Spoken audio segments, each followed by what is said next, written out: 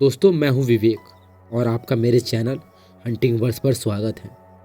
दोस्तों, मैं अपने चैनल के माध्यम से भूत, प्रेत और पिशाच की कहानियां सुनाता हूं। जो लोग भूतों में विश्वास करते हैं और जिन लोगों को भूतों की कहानियां सुनना पसंद है, वो हमारे चैनल को सब्सक्राइब कर सकते हैं, क्योंकि ऐसी ही भूतिया कहानी हमारे चैनल पर आती रहती हैं। बढ़ते हैं आज की कहानी की ओर। मेरा नाम विपिन है और मैं रामनगर का रहने वाला हूँ और मैं एक चिरान में काम करता हूँ, जहाँ पर लकड़ियाँ को काटने छाटने का काम होता है। कम पढ़ा लिखा होने के कारण मुझे चिरान में ही काम करना पड़ा, क्योंकि मैं नॉर्मल फैमिली से हूँ। हमारे घर में कोई होगा जो ज़्यादा पढ़ा लिखा होगा। हम लोग चौथी क्लास और 5वीं क्लास पढ़कर अपनी पढ़ाई बंद कर देते हैं और किसी काम में लग जाते हैं। मैंने भी यही किया। ये तब की बात है जब मैं चिरान में लकड़ियाँ काट रहा था। चिरान में लकड़ियाँ काफ़ी ज़्यादा गिरी हुई थी। उस दिन हमें सांस लेने की भी फुर्सत नहीं मिल रही थी। सारी लकड़ियों को काटने का हमें 4 दिन का समय मिला था और इन 4 दिनों में हमें अंदर पड़ी सारी लकड़ियों को काट कर भेजना था। लेकिन मुझे कहाँ पता था कि आज रात हमारे साथ बहुत बड़ा हादसा होने वाला है। मुझे ठीक से याद है, शाम के 5 बज रहे थे जब लोग चिरान को बंद करके अपने घर को जा रहे थे। तभी चिरान का मालिक कहने लगा कि आज रात तुम चारों यहीं रुक जाओ।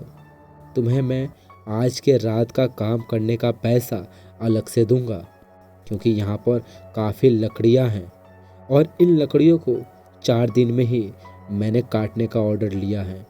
मालिक काफ़ी हमारे आगे गिड़गिड़ाने लगा, विनती करने लगा। बाद में हम चारों लोगों ने डिसाइड किया कि हम आज रात यहीं रुक जाते हैं। आज चलो एक्स्ट्रा पैसे कमा लेंगे। चलो इन पैसों से कुछ अपने लिए अच्छी चीज़ खरीद लेंगे। और हम 4 लोग वहीं रुक गए। मैंने एक लड़के को गांव से खाना लाने के लिए भेज दिया और हम 3 लोग चिरान में रुककर लकड़ियाँ काटने लगे। उस लड़के को गए हुए तकरीबन 1 घंटा बीत चुका था। हमने काफ़ी लकड़ियाँ काट दी थी, लेकिन वो लड़का अभी तक नहीं आया। तभी अचानक से गेट के बाहर से आवाज़ आने लगी कि दरवाज़ा खोलो, मैं खाना लेकर आ गया हूँ। पहले तो मैंने उस लड़के का नाम पूछा, उसका घर पूछा, उसके पिता का नाम। तब जाकर मैंने गेट खोला, क्योंकि रात में हो सकता था कि कोई चोर चिरान में घुसकर लकड़ियाँ चुरा कर ले जाए। उस लड़के को अंदर घुसाने के बाद मैंने उस चिरान का गेट अंदर से बंद कर दिया और हम चारों लोग हाथ धोकर खाना खाने के लिए बैठ गए। खाना खाने के बाद हम थोड़ी देर बैठकर वहीं आराम करने लगे। तभी अचानक से मेरे कानों में एक आवाज़ बजने लगी और वो आवाज़ केवल मुझे सुनाई नहीं दे रही थी। मेरे पास जितने आदमी लेटे हुए थे उन सबको वो आवाज़ सुनाई दे रही थी। ऐसा लग रहा था कि कोई लंगड़ा आदमी बैसाखी से चलकर हमारी ओर आ रहा है। तभी अचानक से आरा मशीन अपने आप स्टार्ट हो गई। इस चीज़ को देखकर हम सब लोग डर गए। डर के मारे हमारा पसीना छूटने लगा। तभी मेरी नज़र घूमते आरा के ऊपर पहुंची। मैं देखता हूं कि उस आरे के ऊपर एक आदमी चल रहा था, जिसकी दोनों टांगें नहीं थी और वो हमारी तरफ देखकर अजीब सी मुस्कान दे रहा था। उसका शरीर भी कुछ सफ़ेद रंग का था और जब उसने हमारी तरफ देखा, हमारे तो होश उड़ गए। उसके मुंह से खून निकल रहा था। उसके शरीर पर बहुत बड़ा जख्म था। कपड़े पूरी तरह से लाल रंग के थे, जो खून में सने हुए थे। तभी अचानक से मशीन अपने आप रुक गई और वह लंगड़ा आदमी धीरे धीरे हमारे तरफ बढ़ने लगा। लेकिन वो लंगड़ा आदमी बिना बैसाखी के हमारे ओर लंगड़ाता हुआ आ रहा था। हम लोग डर के मारे थर थर कांपने लगे। अब मुझे पूरा यकीन हो चुका था कि हमारी जान अब नहीं बचेगी। मैं मन ही मन में सोचने लगा कि काश मैंने मालिक की बात नहीं मानी होती, काश हम लोग घर गए होते तो ये नज़ारा हमें देखने को नहीं मिलता।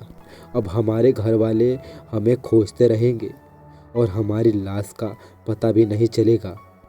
मैं तो अभी अभी इस चिरान में काम करने के लिए आया था और मुझे पता होता कि इस चिरान में ये लंगड़ा भूत है तो मैं कभी भी इस चिरान में काम नहीं करता। मुझे नहीं करना ऐसी जगह पर काम जहाँ पर भूत प्रेत रहते हैं। अभी मैं इतना सोच ही रहा था कि मेरे कानों में हनुमान चालीसा की आवाज़ आने लगी। मैं देखता हूँ कि एक लड़का जो मेरे ही बगल में खड़ा था, उसने अपने जेब से एक डायरी निकाली और वो लड़का जोर जोर से हनुमान चालीसा को पढ़ रहा था। और देखते ही देखते अगले पल वो लंगड़ा आदमी कहीं गायब हो गया। हमारी हिम्मत पूरी तरह से टूट चुकी थी। हम लोग समझ चुके थे कि आज हमारी नियति मौत की तरफ मुड़ चुकी है। हमें इस लंगड़े भूत ने अंदर से हिलाकर रख दिया था। और रात भर हम लोग हनुमान चालीसा का पाठ पढ़ते रहे और एक पैर पर ही उस चिरार में खड़े रहे जब तक सुबह नहीं हो गई। सुबह होने के साथ ही हमने चिरान का मेन दरवाज़ा खोला और अपनी साइकिल उठाई। चिरान का गेट खुला छोड़कर हम घर की ओर भागने लगे। तभी पीछे से एक आदमी की आवाज़ आई जो ज़ोर ज़ोर से चिल्ला रहा था कि भाई रुक जाओ, भाई रुक जाओ। पहले तो मेरा मन रुकने का बिल्कुल नहीं हुआ, लेकिन जब मैंने पीछे मुड़कर देखा तो एक बूढ़ा व्यक्ति हमें आवाज़ दे रहा था। हम सब लोग उस बूढ़े आदमी के पास गए।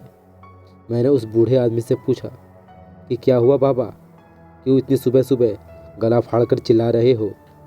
तो वो बूढ़ा आदमी कहने लगा कि इतनी सुबह सुबह तुम लोग इस चिरान में क्या कर रहे थे?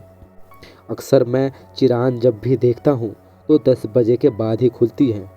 मैंने उस बूढ़े आदमी से पूछा कि बाबा आप इतनी सुबह सुबह यहाँ क्या कर रहे हैं? तो वो बूढ़ा आदमी कहने लगा कि मैं अक्सर यहाँ आता हूँ। यहाँ कुछ दूर पर मेरा खेत है और मैं अपने खेतों की रखवाली करता हूँ। आए दिन मेरे फसलों को जानवर खा जाते हैं।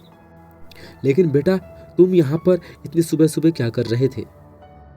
मैंने उस बूढ़े व्यक्ति को सारी बातें बताई जो रात में हमारे साथ घटना घटी थी। तो वो बूढ़ा आदमी कहने लगा कि तुम बेटा सच बोल रहे हो। मैं भी जब इस चिरान में काम करता था तो वो लंगड़ा भूत मुझे भी दिखाई दिया था, जिसके बाद मैंने इस चिरान में काम करना छोड़ दिया और अपनी खेती करने लगा। ये लंगड़ा भूत न जाने कब से इस चिरान में घूमता है। काफ़ी लोगों का कहना है कि वो भी पहले इसी चिरान में काम करता था। किसी हादसे में उस लंगड़े आदमी की यहाँ पर कट के मृत्यु हो गई थी और तब से लेकर आज तक वो इसी चिरान में भटकता रहता है। लेकिन तुम चारों किस्मत वाले हो कि तुम जिंदा हो, तो भगवान का शुक्रिया अदा करो और आज के बाद रात में कभी भी यहाँ मत रुकना। बूढ़े आदमी की बात खत्म होने के बाद हम सब लोग अपने घर की ओर चले गए, जिसके बाद हम चारों ने ये डिसाइड किया कि हम लोग उस चिरान में कभी भी काम नहीं करेंगे। तो दोस्तों आज की कहानी बस यहीं तक। आशा करता हूँ कि मेरी कहानी आपको अच्छी लग रही है तो वीडियो को लाइक करें, चैनल को सब्सक्राइब करें। मिलता हूँ नेक्स्ट वीडियो में फिर किसी कहानी के साथ। तब तक के लिए जय हिंद।